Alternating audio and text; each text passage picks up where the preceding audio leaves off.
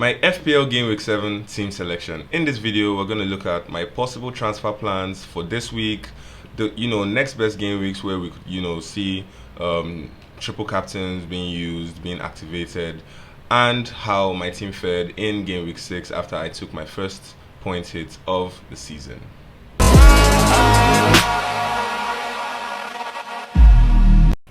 What's up everyone? Before I go ahead in the video, let's not forget the aim for this video is 1,000 likes. Let's try and get to 1,000 subscribers as well. So let's get right into it. In game week 6, my team scored a total of 57 points. I did take my first point hit of the season. Let's look at the team that started for me in game week 6. In goal, I had Raya, who returned 2 points for me in that game against Newcastle. It was a really tough game for Arsenal. They did manage to find their edge, despite dominating, majority of the game. They found their edge in the second half, got a late equalizer, and went on to win the game in the, later stages of the game. Raya came away with just 2 points after conceding in the first half through a watermark goal. In my defense, I had Virgil van Dijk, Munoz, and Van de Ven. Virgil returned just the 2 points after, that loss to Crystal Palace, their first defeat of the season in the Premier League.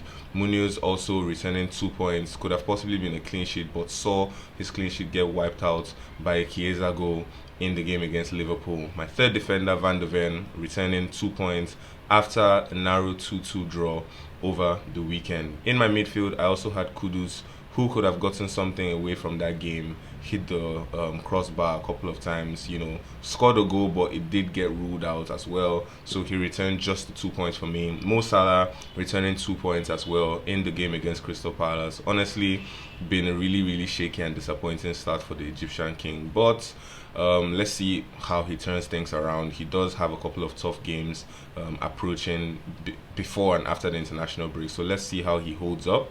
Semedo returning 7 points for me in the game against Leeds. A beautiful free kick he scored to, get Bournemouth the first goal of the game. And Reinders with just 2 points in that game against Burnley. Honestly, he's just been very unlucky since the Wolves game. I think he returned against Arsenal. He returned a 9-pointer. He's just been really unlucky. Also hit the woodwork in their game in the Champions League. I think he continues to start for City. It's just he needs to, begin to take those chances. I do believe when he does begin to take those chances, he is going to be great, like a great value asset. Up top, I brought in Beto. He returned 2 points in the game against West Ham. I honestly didn't really expect much from him. Was just hoping for a start from him in that game. Really didn't expect much, like I said. Just the 2 points from him. João Pedro also returning 2 points in that game against Brighton, where they got a red card and eventually went on to lose the game. And Haaland, as my captain, returning 32 points in that game against Burnley. It was looking like he wasn't really going to get any return after the assist to give City the lead in that game, but he did get 2 late goals to earn his captainers and triple captainers 16 points. Kudos to FPL managers that did take the punt and use their triple captain on him. Very great points return from them for their captain. So 57 points in total. Like I said, I was on a point hit, so that brings me to 53 points in total. My overall rank jumped just by 100k back to 2.8 million. A few positives still to take as we look forward to game week 7, final game week before our second international break of the season. So I'll take that. I do like the way my team is set up going into the international break. Hopefully there are not a lot of injuries during the international break and we can continue and pick up from where we left. Now in game week 7, I'm looking at a couple of changes. I do have one fixed in mind where I went ahead and made an early transfer. So let's look at what my game week 7 team is shaping up to look like. In game week 7, I'm starting with Raya, obviously, at home to West Ham. Now, I do believe that Arsenal have an 80% chance to keep a clean sheet in this game. Yes, I do believe also that we may see a managerial bounce from West Ham with Nuno becoming their new coach. But we do know that West Ham are really vulnerable from set pieces. Arsenal have also looked really solid defensively. West Ham have conceded in every single match this season. I do think Raya should get a clean sheet out of this game. It may not be an easy one. Bowen may find form soon under his new manager, depending on the new role he is being deployed in. But I think Arsenal should edge this one with a clean sheet. In my defense, like I said, I took an early transfer and brought in Gabriel ahead of this tie. I took Van Dijk out and brought in Gabriel. Like I said, West Ham have been really poor at defending set pieces, and which team takes the opportunities from set pieces more than Arsenal. Gabriel got his first goal return of the season against Newcastle, and from a corner kick at that. So I just think it's a game where Arsenal do get a couple of goals from set pieces, and Gabriel is one of their most outstanding players from set pieces. So I brought him in place of Virgil van Dijk. He's also really good on DEFCON as well for Arsenal. So yeah, he's my first defender.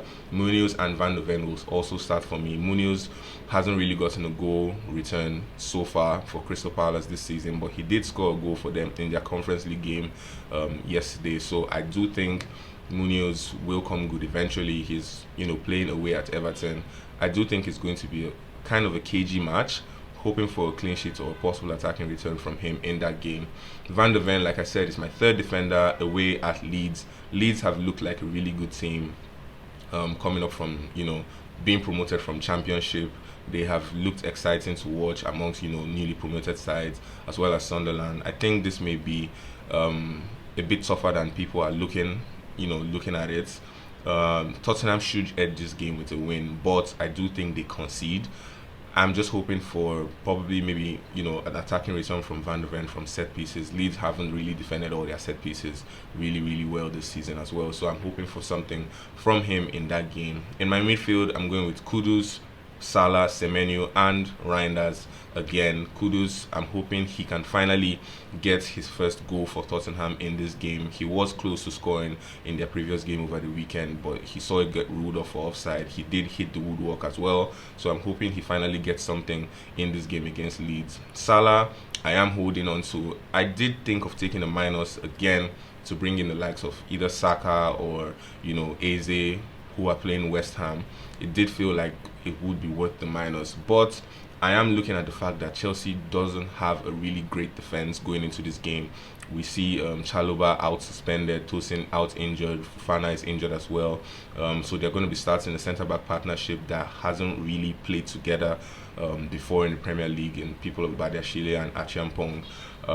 So I think Salah should get something out of this game. I'm hoping he does get something out of this game. Chiesa is also injured. Ekitike is injured. So I think Salah's minutes are pretty locked. We did see him get rested in midweek for Champions League, but I think that's just because of the congestion, like fixtures congestion. So Salah is going to be my second midfielder and my vice captain as well. Semenyo at home to Fulham. Not much to say here. He's currently one of the most informed midfielders in the game. Bournemouth have looked in terrific form. I think he continues his goal, run in this game against Fulham. And Reinders away at Brentford is my fourth midfielder. I am looking at a 50-50 swap. I may bring in Josh King to start, who is playing away at Bournemouth. I am just worried about his minutes. We've seen him get subbed off at the 60th minute mark, 61st, 70th minute mark. He hasn't really gotten any goal return, but he is great budget value. So I think I may go with Reinders, just because I do believe he has more attacking, he has more to offer goal threat wise than Josh King. So Reinders is my starting and my fourth midfielder for me. Up top, I'm still going with Beto, who is at home to Crystal Palace. I don't think he actually gets starts. I think maybe Barry starts ahead of him. I'm just hoping for, something maybe off the bench. Or if he does get the starts, I am hoping that he, gets something out of this game. He has scored just one goal so far this season. I think it was the game against Wolves. So I'm hoping he gets something in this game. Not really a lot of transfers that could be made. Muniz is also out, who I could have done a swap to. So hands are really tied in that aspect, right? And then my second attacker is João Pedro at home to Liverpool. We saw him come off the bench against Benfica in the UCL. He was not called up to the Brazil squad as well, so he's going to get a really good rest. I think he starts this game against Liverpool, and it's a really important game for Chelsea, so I do think he gets to start. Haaland is my third attacker and my captain away at Brentford, currently the most informed striker in the Premier League. I think he gets something out of this game. He has a terrific record against Brentford as well, so he is going to be my captain going into game week 7. On my bench, I have Josh King, Goodmanson at home to Tottenham, and Tosin, who is injured till the international break. Dubravka is also my keeper on the bench. So this is what my team looks like going into game week 7. If you have any questions, please do well to leave them in the comment section. Remember, the aim for this video is 1,000 likes, and let's try to get to 1,000 subscribers. If you're new around here, please leave a like, share, and I'll see you in the next FPL video.